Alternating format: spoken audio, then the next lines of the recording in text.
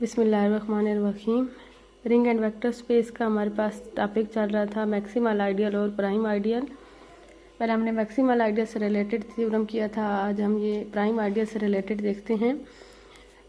Late R be a commutative ring with unity. R जो है यहाँ पे रिंग है वो कम्यूटेटिव रिंग है। विद यूनिटी का मतलब क्या है, वन भी रिंग का एलिमेंट है। अगर आई कोई भी प्रॉपर आइडियल है आर का, मतलब आई जो है वो आर की इक्वल नहीं है, आई कोई भी प्रॉपर आइडियल है आर का, तो फिर आई क्या होगा, प्राइम आइडियल होगा। अगर आर ओवर आई ये क्वेश्चन रिंग क्या बन जाए, इंटेग्रल डोमेन बन जाए। और अगर R over I integral domain होगी तो यहाँ पे मौजूद आइडियल प्राइम आइडियल होगा।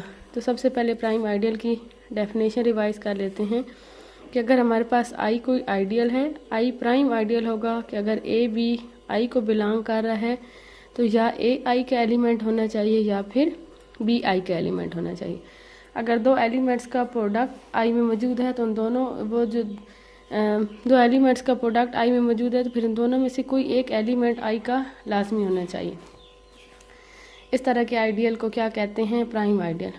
तो यहाँ पे हम पहले एक कंडीशन सपोज करते हैं, फिर दूसरी प्रूव करते हैं। Given that R is a commutative ring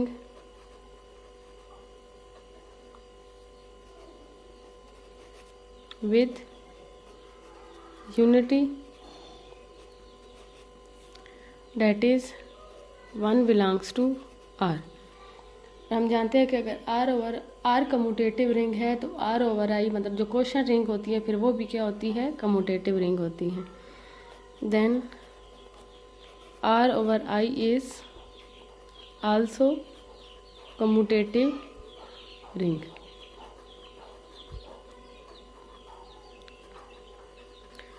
suppose कर लेते हैं कि आई जो हमारे पास आइडियल है वो प्राइम आइडियल है। Suppose that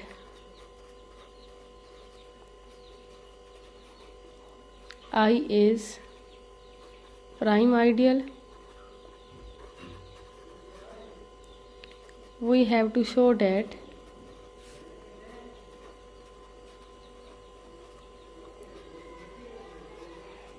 R over I is an integral domain।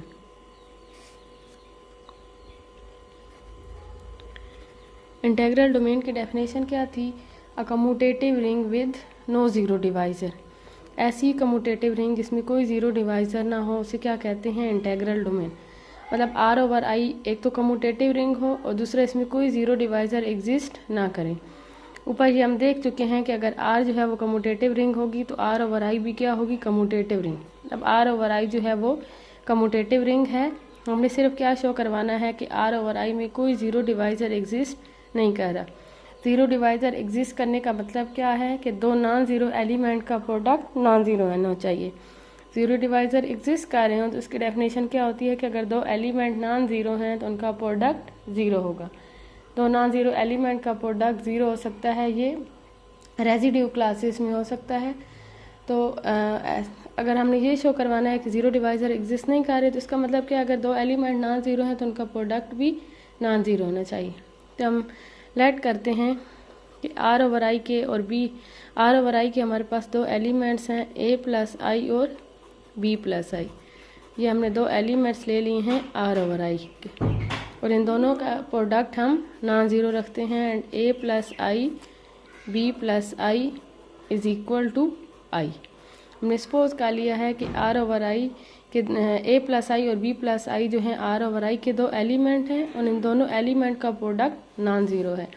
अब हमने यहाँ से शो क्या करवाना है कि ये इन दोनों में से ये दोनों एलिमेंट क्या हैं, नॉन ज़ीरो हैं। इन दोनों में हमने यहाँ पे सपोज कर लिया कि ये जो दोनों एलिमेंट हैं इनका प्रोडक्ट ज़ीरो है, क्योंकि यहाँ पे इसकी आइडेंटिटी अगर रिंग के एलिमेंट ज़ीरो उठाएं तो आर ओवर आई का ज़ीरो एलिमेंट क्या बनता है, आई। हमने ये शो करवाना था कि आर ओवर आई में ज़ीरो डिवाइज़र एग्जिस्ट नहीं कर रहे, तो इसका मतलब डेफिनेशन क्या थी, अगर दो एलिमेंट्स का प्रोडक्ट ज़ीरो नहीं है, अगर दो एलिमेंट नॉन ज़ीरो हैं तो उनका प्रोडक्ट भी नॉन ज़ीरो होना चाहिए।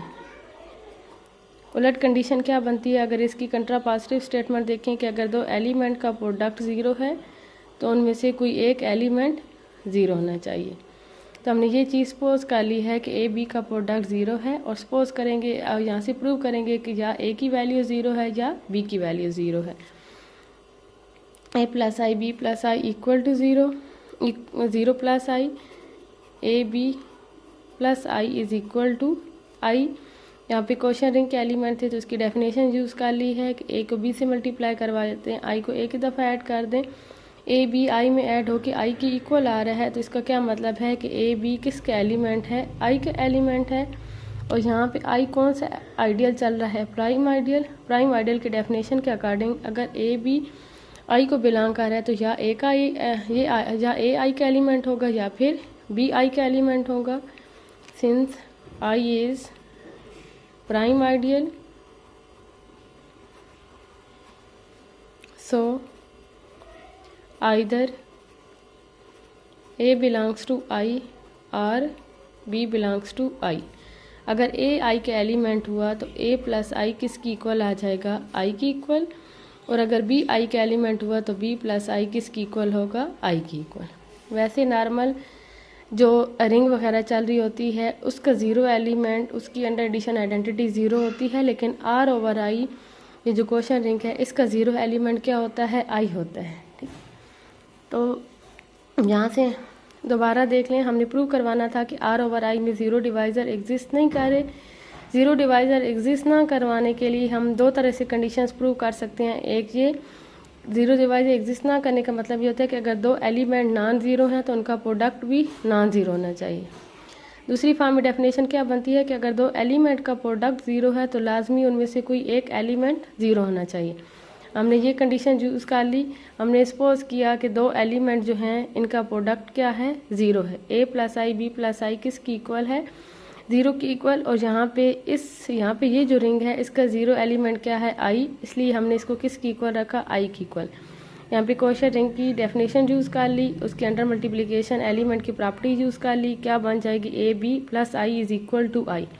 ए बी आई में ऐड होने के बाद आई की इक्वल आ रहा है, तो इसका क्या मतलब है, ए बी आई का एलिमेंट है। आई यहाँ पे कौन सा आइडियल चल रहा है, प्राइम आइडियल। तो यहाँ पे या ए आई का एलिमेंट होगा या बी आई का एलिमेंट होगा। अगर ए आई का एलिमेंट हुआ तो ए आई में ऐड होने के बाद आई की इक्वल आ जाएगा, और अगर बी आई का एलिमेंट हुआ तो बी आई में ऐड होने के बाद आई की इक्वल आ जाएगा। मतलब अगर ए आई का एलिमेंट हुआ तो ए प्लस आई जो है वो ज़ीरो एलिमेंट बन जाएगा, और अगर बी आई की इक्वल बी आई को बिलोंग कर रहा होगा तो बी प्लस आई जो है वो ज़ीरो एलिमेंट बन जाएगा। तो हमने वैल्यूज़ का प्रोडक्ट ज़ीरो रखा तो उनमें से एक वैल्यू ज़ीरो आ गई। अगर ऐसी कंडीशन बन जाए तो इसका क्या मतलब होता है कि इस रिंग में कोई ज़ीरो डिवाइज़र एग्जिस्ट नहीं कर रहे। दिस शोज डैट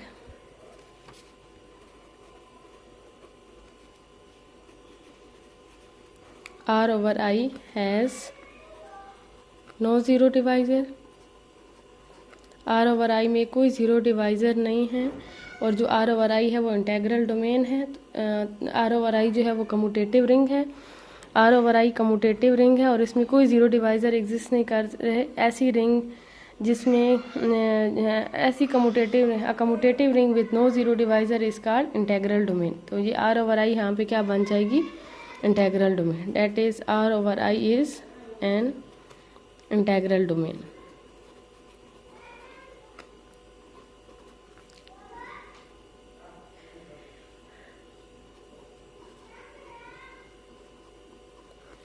कन्वर्स देखते हैं। सपोज करते हैं कि R over I integral domain है और प्रूव करवाते हैं कि I जो है वो प्राइम आइडियल है। Suppose that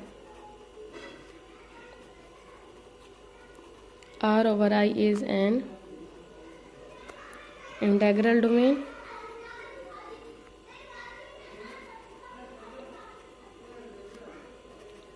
we have to show that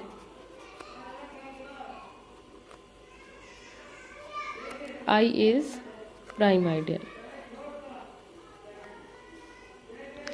I हमने प्राइम आइडियल शो करवाना है। लेट कर लें कि ए बी किसको बिलोंग कर रहा है, आई को। अब हमने प्रूव क्या करवाना है कि या ए आई को बिलोंग कर रहा होगा या बी आई को बिलोंग कर रहा होगा। ए बी का प्रोडक्ट आई को बिलोंग कर रहा है। ए बी अगर आई के एलिमेंट है तो आई में ऐड होने के बाद दोबारा आई की इक्वल आ जाएगा। A B plus I quotient ring के एलिमेंट के डेफिनेशन के अकॉर्डिंग इसे हम क्या लिख सकते हैं, A plus I B plus I is equal to I. अब यहाँ पे आर ओवर आई क्योंकि इंटेग्रल डोमेन है, दो एलिमेंट का प्रोडक्ट ज़ीरो आ रहा है। इंटेग्रल डोमेन में कोई ज़ीरो डिवाइज़र एग्जिस्ट नहीं कर सकते, तो यहाँ पे यहाँ ए प्लस आई की इक्वल आ सकता है, मतलब यहाँ ये वाला एलिमेंट ज़ीरो हो सकता है या फिर ये वाला एलिमेंट ज़ीरो हो सकता है। Since R over I is an integral domain, so either a plus I is equal to I or b plus I is equal to I। क्योंकि दो एलिमेंट का प्रोडक्ट ज़ीरो आ रहा है, तो इनमें से कोई एक एलिमेंट ज़ीरो होना चाहिए, या a plus I zero element होना चाहिए या फिर b प्लस आई। अगर a प्लस आई की इक्वल हुआ तो a किसका एलिमेंट बन जाएगा, i का, और अगर b प्लस आई की इक्वल हुआ तो b किसका एलिमेंट बन जाएगा, i का। अगर दो एलिमेंट का प्रोडक्ट आई में बिलोंग कर रहा है, उन दोनों में से कोई एक एलिमेंट आई को बिलोंग कर जाए तो ऐसा आइडियल क्या कहलाता है, prime ideal, which shows that I is prime ideal.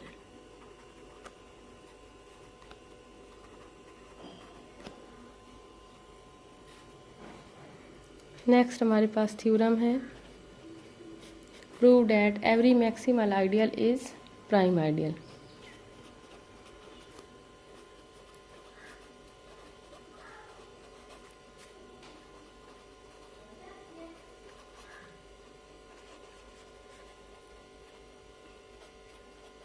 कि हर जो मैक्सिमल आइडियल है वो प्राइम आइडियल भी बन जाएगा।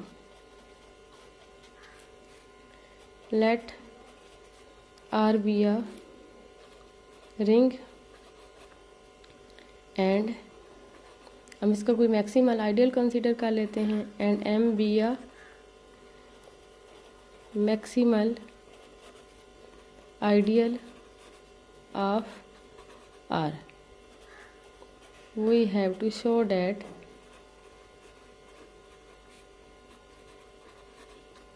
M is prime ideal. As M is maximal ideal, हमने पहले थ्योरम पढ़ा है कि अगर M मैक्सिमल आइडियल है तो R ओवर M जो इस तरह की रिंग होगी वो क्या बन जाएगी, अगर M मैक्सिमल आइडियल है तो R ओवर M क्या बनेगी, फील्ड होगी। सो R over M is a field. अगर M मैक्सिमल आइडियल है तो R ओवर M की फॉर्म में जो क्वेश्चन रिंग बनेगी वो क्या बनेगी, फील्ड। और हर फील्ड क्या होती है, integral domain, and we know that every field is an integral domain.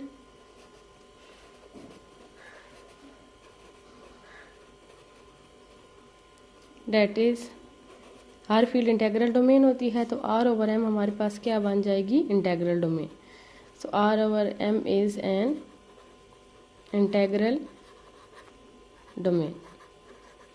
अगर आर ओवर एम हमारे पास इंटेग्रल डोमेन होगी, अभी हमने थ्योरम प्रूव किया है कि अगर एस यहाँ पे ये जो क्वेश्चन रिंग है वो इंटेग्रल डोमेन होगी तो यहाँ पे मौजूद आइडियल प्राइम आइडियल होगा।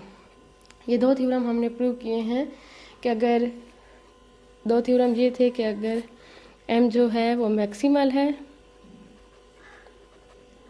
m is maximal if and only if r over m is field. m is, अब वहाँ पे हमने आइडियल आई लिया था, कोई भी आइडियल को नाम दे सकते हैं, m is prime if and only if r over m is integral domain.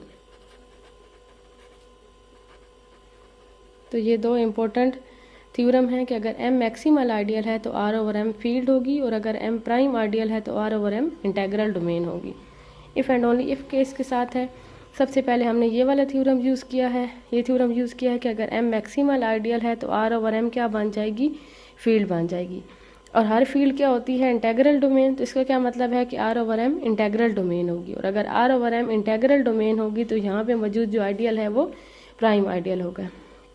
And we know that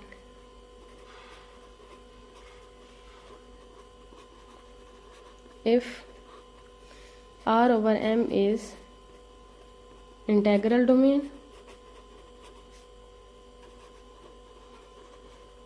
then M is prime ideal, that is M is prime ideal।